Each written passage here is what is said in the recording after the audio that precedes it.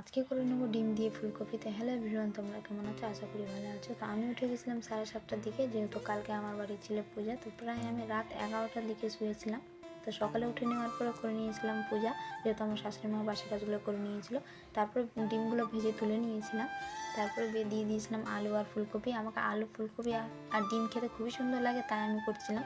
তো প্রথমে দিয়ে দিয়েছিলাম তেল, লবণ, হলুদ, তারপর মশলা দিয়ে কষিয়ে নিয়েছিলাম। তো আমাকে খেতে খুবই ভালো লাগে, জানি না তোমাদের কেমন লাগবে, কিন্তু তোমরা প্রথম রান্না করে খেয়ে দেখবা যে কেমন লাগে। তারপর দিয়েছিলাম টমেটো। তো টমেটো দেওয়ার পরে কষিয়ে টষিয়ে নিয়ে যাওয়ার পরে যখন টমেটোটা গলে যাবে বা তেল ছেড়ে দিবে, তারপর দিয়ে দিবা জল। তো দেখতেই পাচ্ছ যে আমার টমেটো দিয়ে কষানো হয়ে গেছে। তারপর দিয়ে দিলাম জল। তো যখন ঝোলটা, আমার বাড়ি মানে একটু ঝোল ঝোলই খাই, তোমরা রসা রসাও করতে পারো। তো ঝোল ফুটে নেওয়ার পরে দিয়ে দিয়েছিলাম ডিম। তো আমার রান্নাটা কিন্তু দারুণ হয়েছিল, তোমরা রান্না করে দেখবে কেমন হয়েছে। তো আমি রান্না বান্না করে চলে এসেছিলাম স্নান টান করে রৌদ্র খেতে। তো এরপর নেক্সট ভিডিওতে দেখা হবে, টাটা।